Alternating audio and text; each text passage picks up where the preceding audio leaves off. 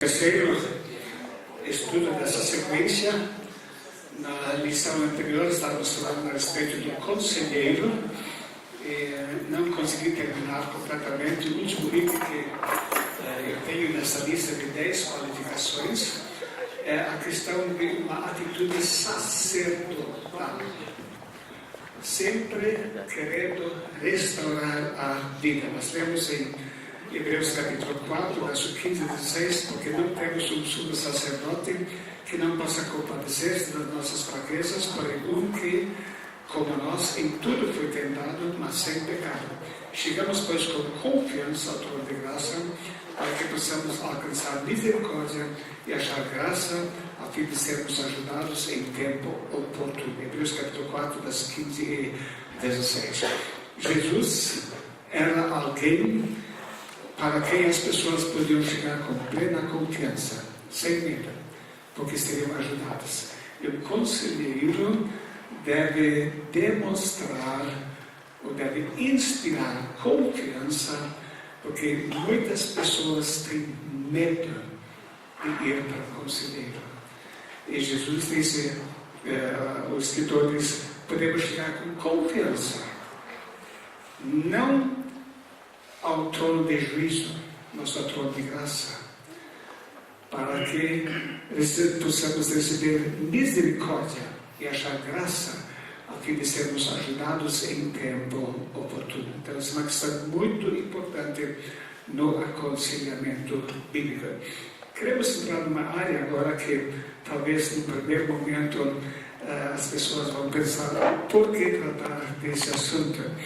É a questão da neurologia, aconselhamento bíblico e noções de neurologia. Nós vamos, nas próximas lições, compreender um pouquinho melhor por que estou abordando este assunto. Muitas vezes nós achamos que basta passar uma informação racional e a pessoa vai estar sabendo o que deve fazer em ponto final. Mas não é bem assim que funciona. O cérebro e a mente estão interrelacionados, eles se influenciam mutuamente e enquanto a mente está ligada ao corpo, ao cérebro, ela vai depender em grande parte das informações que são gravadas dentro do cérebro.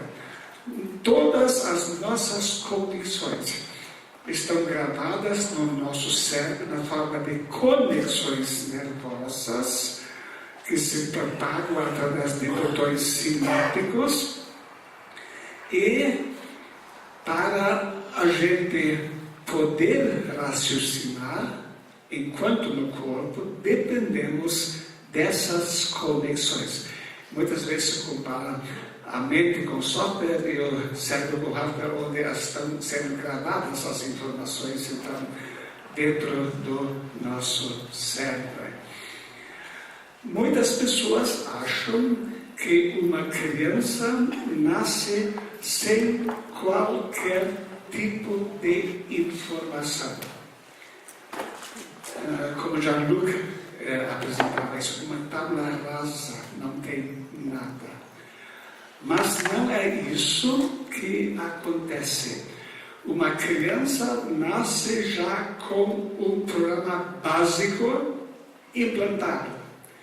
Em cima desse programa é que nós vamos trabalhar. Paulo escreve, porque quando os gentios que não têm lei fazem naturalmente as coisas que são da lei, não tendo eles lei para si mesmos são lei, os quais mostram a obra da lei escrita em seus corações, testificando juntamente com a sua consciência e os seus pensamentos, quer acusando-os, quer defendendo-os, no dia em que Deus há de julgar o segredo dos homens por Jesus Cristo segundo o meu Evangelho.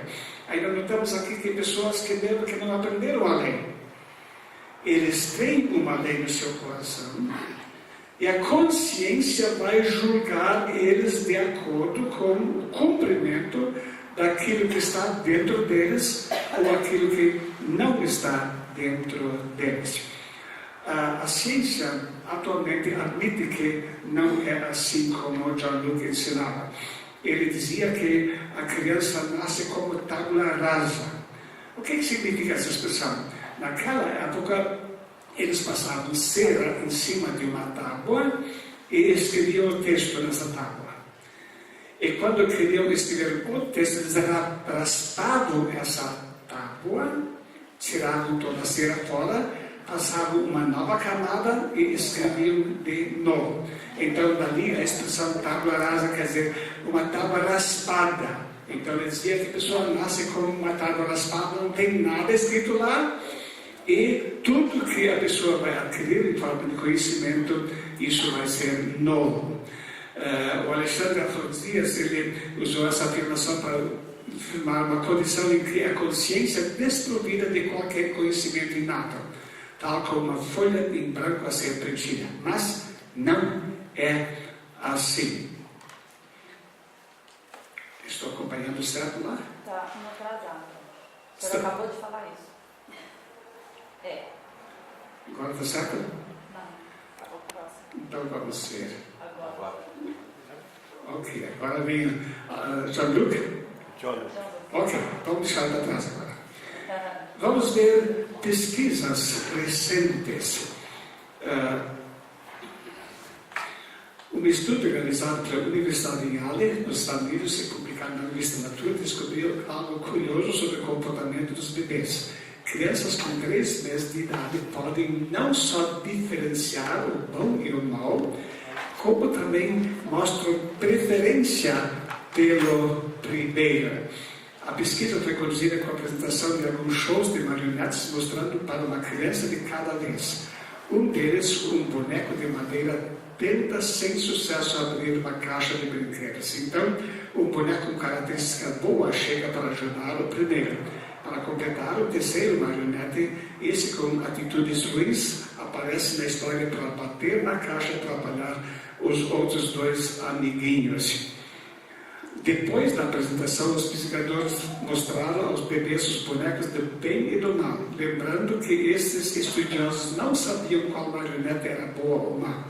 Feito isso, eles perguntaram às crianças qual delas gostaram, e mais de 75% escolheram o boneco bonzinho. Com as crianças de 3 meses de idade, a pesquisa levou em consideração a quantidade de tempo que eles olhavam para cada brinquedo. E observou-se que os bebês participantes tendiam a olhar mais fixamente para os bonecos bons do que para os maus. Com a prova de que os bebês preferem indivíduos prestativos, ficou claro para os pesquisadores que seres humanos nascem mais ligados ao bem do que ao mal. Então, como já disse, todas as nossas informações são gravadas na forma de conexões nervosas. Temos um programa de informações que é atualizado constantemente com milhares de mudanças de conexões a cada dia que passa. Então, a informação passa de um neurônio para outro através dos botões sinápticos e cada dia o nosso cérebro muda com novas informações. As informações chegam, pelo menos de 4 sentidos, para o nosso tálamo, no cérebro, e de lá são distribuídas para as várias áreas do cérebro. Para nós interessa hoje apenas o córtex pré-frontal, onde fica então gravada a nossa memória emocional, aliás, nossa memória racional. É uma memória em si desprovida de sentimento. Mas a informação vai também para a área emocional, para o sistema límbico, de uma forma especial para as amígdalas cerebrais, onde a informação tem o seu contexto emocional. Por exemplo, se uma pessoa só tiver informações na parte racional, no córtex pré-frontal, dizer para essa pessoa eu te amo não significa nada, porque não tem valor nenhum. Mas O córtex pré-frontal está estreitamente ligado com a área emocional. Então, todas as informações têm, numa pessoa normal, um significado emocional e racional. É difícil dar matérias onde só se requer basicamente em questão de informação. Não sei como é que o irmão Davi consegue administrar a aula de química. Tem que ser muito bom para captar a atenção dos alunos, porque está mais ligado à área racional. Mas todo o nosso aprendizado depende da área emocional. Lá onde existe conteúdo emocional ligado ao assunto, a matéria fica gravada por muito mais tempo e com muito mais facilidade do que onde existe basicamente só uma informação racional.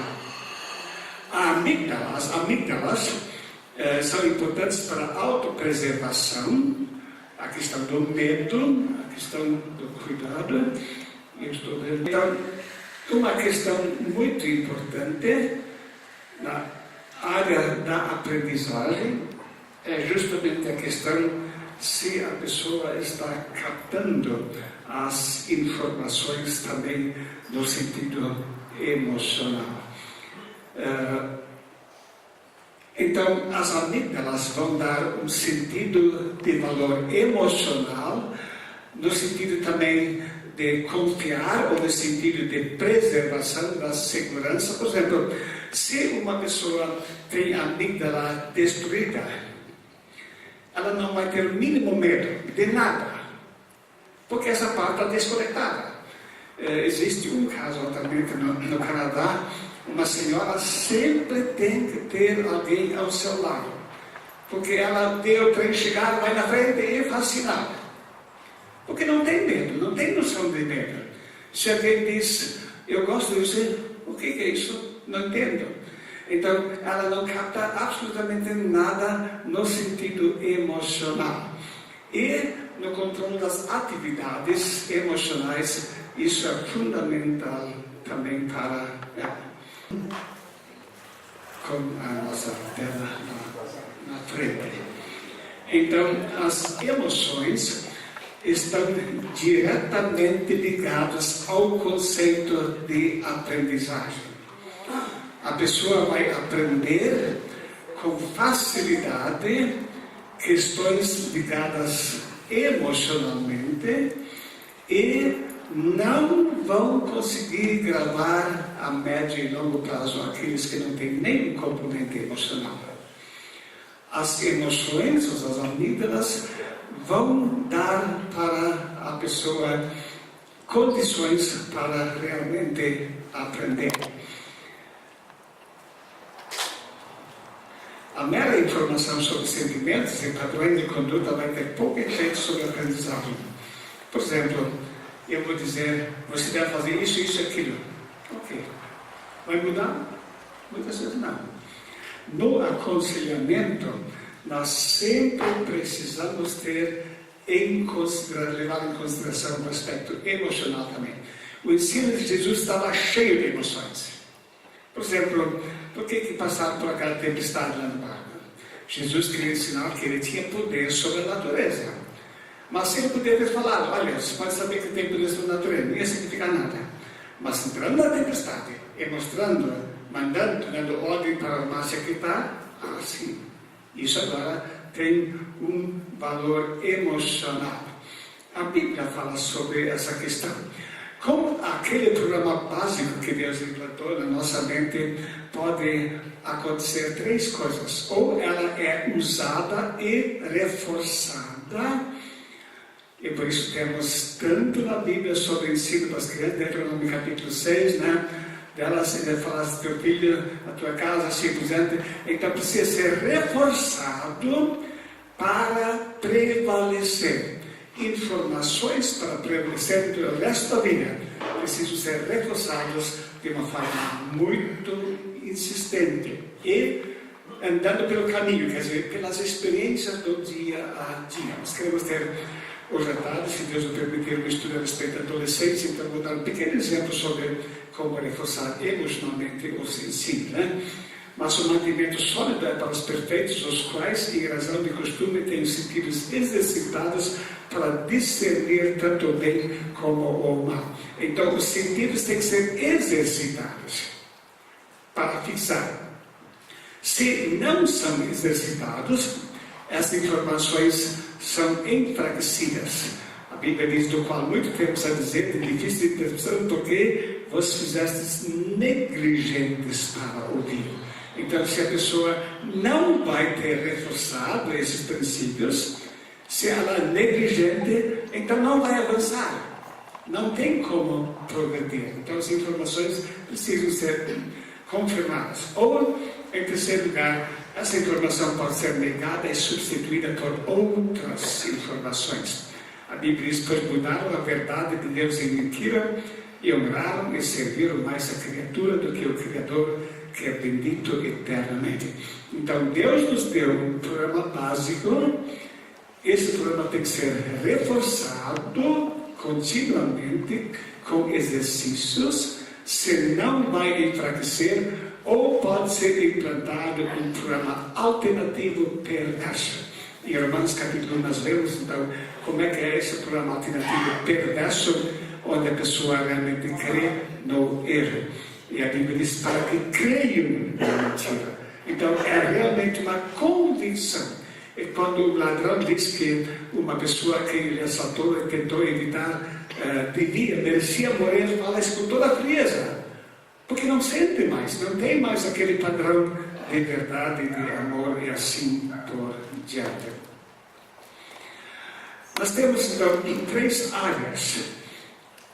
Em cima nós temos a amígdala.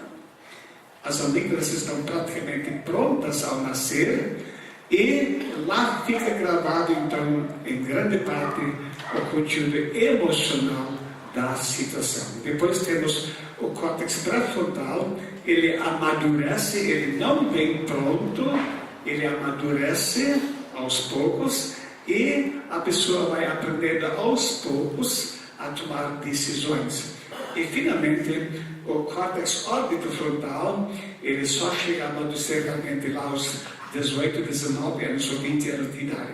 Então, esse córtex órbito-frontal, ele vai ser responsável por decisões de longo alcance. As amígdalas exigem satisfação imediata. Aqui e agora. O que a criança faz quando está com fome? Chora. Quer satisfação imediata. O córtex pré-frontal avalia as consequências de curto e médio prazo, mas não enxerga lá na frente. Isso é muito importante quando lidamos com adolescentes. Eu vou falar mais tarde sobre esse assunto, então. E o córtex órbito-frontal, só aos 18, 19 anos, ele é capaz, quando treinado, de tomar decisões responsáveis de longo alcance. Então, são essas fases na vida da pessoa. Às vezes, nós pedimos de uma criança uma resposta baseada no córtex órbito-frontal. Ela não tem essa capacidade. Por isso, a Bíblia mostra que os pais é que precisam estar ao lado e mostrar que existem consequências. E meninas, vocês que não têm 16 anos de idade, ainda não têm capacidade de ver lá na frente sobre o questão de um casamento e assim por diante. Acontecimentos emocionais, tanto agradáveis como desagradáveis, são melhor guardados na memória do que acontecimentos neutros. Alguém de vocês lembra algum acontecimento com 2 anos de idade? Não. Alguém lembra algum acontecimento com 3 anos de idade? Lembra? Fala um. Qual foi? Morte de uma irmã menor que eu. A morte. Morte de uma irmã menor Foi de mim. Foi uma informação racional ou emocional? Não, eu via racional, porque era racional, porque eu vi tudo. Sentiu ou só viu? Não, vivi, né? E? Vi tudo, viu? Ficou triste? Vi tudo.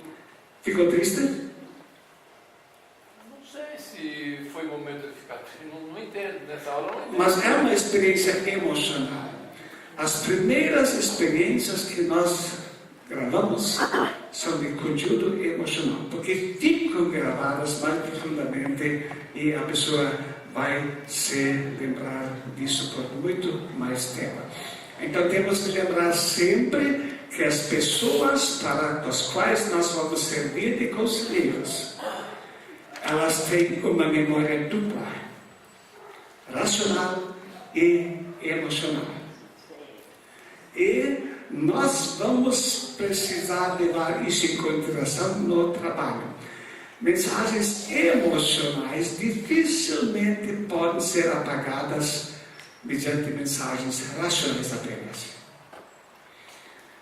Por exemplo, não adianta eu dizer para uma criança que perdeu seu pai: não fique triste, não chore.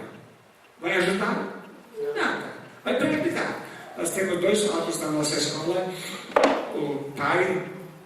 Os pais, ambos esses jovens, eles se converteram faz poucos meses atrás. Ele ficou doente e em poucos dias faleceu, 29 anos de idade. As 2 crianças estão na nossa escola e naturalmente foi uma perda terrível para elas e para a esposa também. Então eu vi professores ir para lá e dizer, criança chorando: não chore não, teu pai está no céu. Pior coisa que poderia ter falado. O choro é uma maneira que Deus nos deu, que funciona como anestesiante, como alívio para a nossa vida. Então eles disseram: tira esse meio que Deus deu para você sentir alívio para ficar com a trauma. Deixa a criança chorar. Fica ao lado dela, abrace, mostre carinho. Mas não proíba de chorar, porque é um instrumento que Deus colocou para a pessoa sentir alívio na hora da dor. Então a pessoa que falou isso depois disse: não, está tudo muito bem agora. Ok, nós vamos atender então a nossa sala de atendimento, conduta-terapia. Então a gente tem uma série de brinquedos, a criança pode chegar lá e brincar, e lá, através da brincadeira, a criança mostra que está no seu coração. Então a menina logo chegou, pegou uma boneca do sexo feminino, pegou 2 crianças, colocou. Então eu perguntei: o que estão sentindo? Tristeza. Por quê? Porque o pai não está aí. Então a figura paterna ficou fora. A tristeza estava lá dentro. Estava abafada, mas estava lá dentro. Então nós sempre precisamos levar em consideração o aspecto emocional da experiência das pessoas. Não adianta só passar informação. O conselheiro precisa sempre trabalhar as 2 áreas, a área do conhecimento e o valor que isso tem para a vida da pessoa. E se só vamos querer passar a área de conhecimento, a gente vai pensar que no atendimento está tudo resolvido. Mas a área emocional demora muito mais para ser restaurada. Uma vez, para esquecer as coisas do passado, outro aspecto é implantar convicções novas com valor emocional. Por exemplo, nós temos volta e meia situações de casais que vêm de uma experiência promíscua no seu passado e aquilo foi o ponto máximo na vida deles. Agora, eles não sabem viver intimamente como marido e esposa dentro dos princípios bíblicos. E sempre volta à memória aquele passado. Aquilo foi um ponto alto na vida deles. Então não adianta eu só dizer: aquilo está errado. Eu vou ter que trabalhar as emoções e ajudar eles a perceber e ter realmente uma vida íntima muito melhor do que no tempo do passado. Às vezes a gente só quer tirar as coisas e precisa colocar questões novas. E num atendimento, um casal que nós atendemos nessa área, a mulher ficou chorando o tempo todo. E disse: eu nunca imaginava que Deus tinha um presente tão maravilhoso. Eu sempre pensava que era tudo só pecaminoso. Eu nunca vi que Deus tinha alguma coisa a oferecer para a gente. E de repente estou percebendo que é muito melhor viver a vida que Deus planejou para nós. Mas era necessário trabalhar a área emocional deles nesse sentido. E cada vez mais uma descoberta da riqueza que Deus tem. Mais uma descoberta da riqueza que a palavra de Deus tem. Então, uma mudança que envolveu a parte emocional. E depois ele disse: olha, aquilo que era errado no passado já nos foi dito. Eu sabia. Eu pensei: agora acabou tudo. Mas nunca aprendemos o lado lindo da vida conjugal como estamos aprendendo agora. Então, a gente às vezes quer apagar com a borracha todo o passado, e na parte racional dá para dizer: olha, isso está errado. Mas se não tratarmos da questão do lado emocional, a pessoa não vai mudar. Ela está como os judeus que estão no Egito. A Bíblia diz que com o seu coração voltaram para o Egito. Eles sabiam que era errado, mas o coração deles continuou lá no Egito. E muitas vezes a gente quer tirar da vida do pecado do passado, quer só apagar as coisas velhas e não apresentar a maravilha de uma vida em comunhão com Deus que Deus tem planejado para nós. Então, informações que são gravadas na memória têm um impacto profundo. Nós estamos vendo hoje em dia uma perversão da sexualidade fora de série. Uma onda de homossexualismo e de lesbianismo como nunca se viu antes aqui no Brasil. E sabe o que eu descobri? Nós temos tido vários casos na nossa escola. Estamos acompanhando 3 casos agora, um menino e 2 meninas. As informações que os pais implantaram na vida dos filhos, tudo dado para esse lado. O menino de 4 anos estava querendo vestir as roupas das suas primas, batom para passar na sala de aula. Então eu chamei a mãe e falei: o que você fala sobre os homens? Eu sempre digo que homem nenhum presta. Homem nenhum presta. Já teve 2 por um período mais comprido e outros ainda lá no meio. Nenhum presta. Eu falei: o que a senhora acha que vai acontecer com seu filho? Se a senhora sempre diz que homem nenhum presta. Bom, depois de alguns meses ela tinha dito para o filho: bom, tem 2 homens que prestam, o resto não presta. O seu Cláudio e o seu Pedro, eles prestam, mas o resto não vale nada. Mas ela não mudou o discurso dela. E o menino hoje, o moço hoje tem 18 anos, homossexual assumido, porque homem não presta, então quer ser mulher. Uma outra situação onde a mãe sempre estava falando sobre os homens também, e o pai disse: mulher é tudo igual. A menina também foi para o outro lado. Já que eu sou igual, então eu vou ser igual mesmo.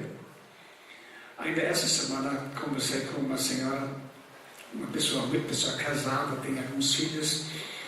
Ela disse: eu dou graças a Deus por ter feito contato com vocês, com a igreja, assim por diante.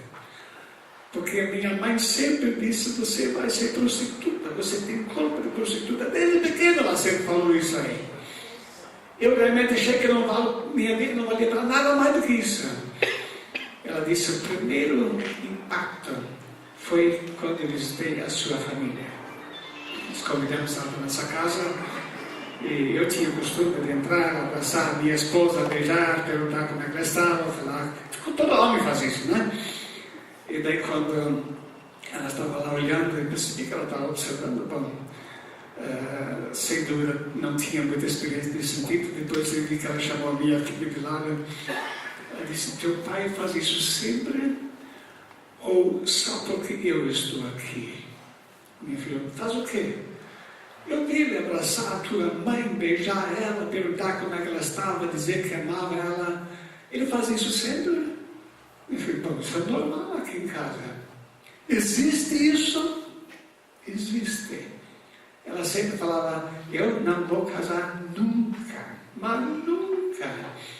E depois dela ter alguma convivência com a gente, falei uma vez: eu vou te pedir uma coisa, não fale mais eu não vou casar nunca. Fale: se Deus quiser, eu vou casar. E se Deus não quiser, não. Mas eu vou me submeter à vontade de Deus. Bom, ela conviveu mais um tempo com a gente. Hoje é casada, tem 3 filhos. Ela ajuda outros casais. Mas ela contou essa semana ainda: se não fosse aqueles exemplos de vida, eu realmente teria ido para a prostituição. Porque era um problema que estava implantado na cabeça dela. A mãe, desde pequena, tinha implantado esse programa na mente dela. Quando fui fazer aconselhamento para casal de noivos, eu falei para a noiva: quais são as impressões que você tem do seu pai? Eu sabia que o pai não era nada carinhoso com ela. Inclusive fazia muita diferença entre ela e o irmão dela. Ela disse: eu tento esquecer, estou orando, tento esquecer, assim por diante. Eu falei para os dois: vocês dois vão enfrentar problema. No dia que o teu marido apresentar algum comportamento semelhante ao teu pai, isso vai chegar tudo à tona, porque não está pagado. E não demorou muito tempo, o marido veio me procurar: a minha mulher está ficando louca. Cuide dela, porque ela está ficando louca. Por quê? Eu fiz uma coisinha. E ela fez um escândalo por causa disso. E falei: qual foi essa coisinha? Era exatamente aquilo que o pai da menina sempre tinha feito. A menina já em casa gravou ódio contra um certo comportamento do pai.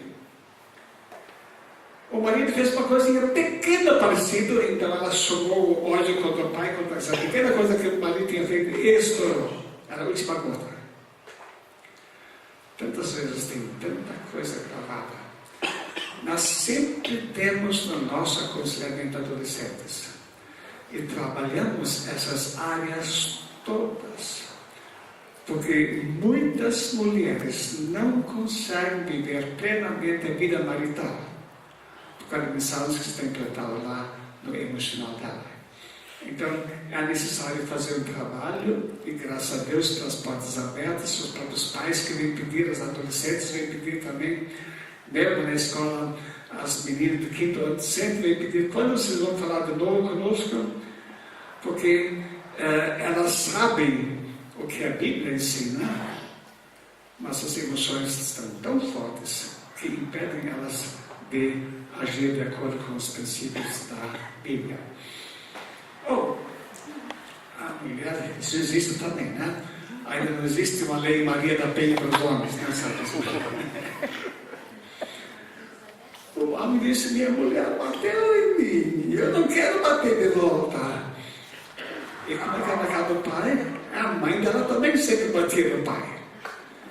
Então são coisas que estão implantadas lá. E quando nós vamos trabalhar no aconselhamento, nós vamos lidar com situações desse tipo. Precisamos contar com isso. Os pais brigam e depois não se falam. E depois a criança casa e quando briga não vai falar, porque a conclusão que tirou quando a gente briga vai ficar sem conversar por algum tempo. Está lá dentro. Uma vez 2 crianças tinham brigado lá no pátio da escola e fui conversar com eles, e logo se juntou uma turma em volta e conversei com as crianças como é que veio isso perante Deus, o que aconteceu. Então, finalmente os dois, eu agi errado, outro também, ok, eu vou pedir perdão. Pediu perdão para um, para outra. Então Então o menino perguntou, só crianças têm que pedir perdão, adultos também. Adultos também, claro. Você já pediu perdão para alguém? Já, muitas vezes na minha vida. A quem você pediu perdão pela última vez? Eu pensei um pouquinho, acho que foi com a minha esposa. E o que você tinha feito? Eu machuquei ela. Você deu um soco na cara dela? Não, nunca na minha vida dei um soco na cara da minha esposa. Mas as minhas palavras machucaram ela. Então percebi que ela ficou triste, então fui lá pedir perdão. Ela perdoou, sim. Nós nos abraçamos e oramos juntos. Daí ele disse, meu pai e minha mãe brigam todo dia, mas nunca pedem perdão. Então aí vem a questão, nós vamos tratar, quando vamos falar sobre criança traumatizada hoje à tarde, vem a questão, como vamos ajudar uma pessoa dessas? Quando a criança vê os pais discutir e depois se reconciliam, elas vão perceber no seu emocional, quando a gente discutiu, a gente pede perdão e fica tudo bem. Mas se isso não fica gravado no programa da criança, no programa mental dela, ela simplesmente não vai saber agir de acordo com aquilo que a palavra de Deus nos ensina. Então, tratamos com membros da igreja. Está tudo bem, então? Eles estão à mão, mas as emoções continuam as mesmas. O racional disse, eu perdoo, e as emoções, eu não perdoo. Um casal que eu atendi tinha muita coisa de ambos os lados para colocar em ordem. E eles, então, na minha frente, espontaneamente, bom, eu te peço perdão, eu também te peço perdão. Eu sabia que era só uma questão. Eles queriam dar a aparência de que agora estava tudo bem. Então, ele disse, está tudo bem agora? Falei, eu vou observar vocês. E vieram na semana seguinte, na segunda semana, na terceira semana. E sempre ele descia do carro, já vinha correndo para o escritório, ela vinha atrás. E de repente um dia ele parou o carro, foi abrir a porta do carro para ela, abraçou ela, vieram abraçados. O que aconteceu? Eu não tinha falado que era para ficar abraçado. Ele disse, nós fomos falsos. Mas ontem à noite nós realmente nos perdoamos. Então deu para ver. Agora estava no emocional também e não apenas no racional. Deixa eu contar uma história. Eu queria passar um outro estudo ainda, mas o nosso tempo já está no fim. Não vai ter que ficar para outra ocasião. Uma pessoa veio para atendimento porque tinha frequentemente situações de diarreia e de vômito. De repente, em qualquer lugar. E fizemos um pequeno levantamento da vida, ela citou alguma coisa que tinha acontecido quando tinha 3 anos de idade, mas aquilo está tudo perdoado, aquilo está tudo resolvido. E eu não acreditei. Mas eu não ia dizer que não era resolvido também. Continuamos e nada mudou. Aí eu falei, a próxima vez que você tiver diarreia e vômito, você anota com todos os detalhes tudo o que aconteceu. Ok. Na semana seguinte ela veio, aconteceu 2 vezes. Ok. Então, o que estava acontecendo na primeira vez? Estava indo fazer compras lá na feira. E de repente aconteceu. Em que circunstâncias? Estava tocando uma música. O quê? Que música estava tocando? Ela pensou, exatamente a música que foi tocada há 13 anos atrás. quando judiaram tremendamente de mim. A música era tabafaroção e ela sofreu. E era só tocar a música. Tudo aquilo veio à memória. Estava lá gravado na parte emocional. Racionalmente emocionalmente não. E a segunda vez, ela estava com minha mãe fazendo compras. E ela comprou o quê? Ela comprou um perfume a ela. Esse perfume te fez lembrar alguma coisa? Exatamente! Era o perfume que tinha quebrado lá na casa. Era o mesmo cheiro. Então, identificou o cheiro e a música e acontecia em lugar público mesmo. Ok. Foi necessário tratar com ela primeiro a questão do perdão. Foi necessário fazer contato com a família lá do Rio de Janeiro. E a família realmente já tinha procurado, ela não tinha achado interessante porque queria também se retratar com ela, conversaram, choraram. Nunca mais aconteceu. Por quê? Porque estava lá na memória dela. A pessoa liga as coisas a questões emocionais. E muitas vezes, racionalmente, o problema fica resolvido, mas emocionalmente não. Eu queria passar o estudo aí nos insonoros caminhos de Deus, mas isso vai ficar então para outra ocasião, porque o nosso tempo já foi. Muito obrigado pela sua paciência e atenção.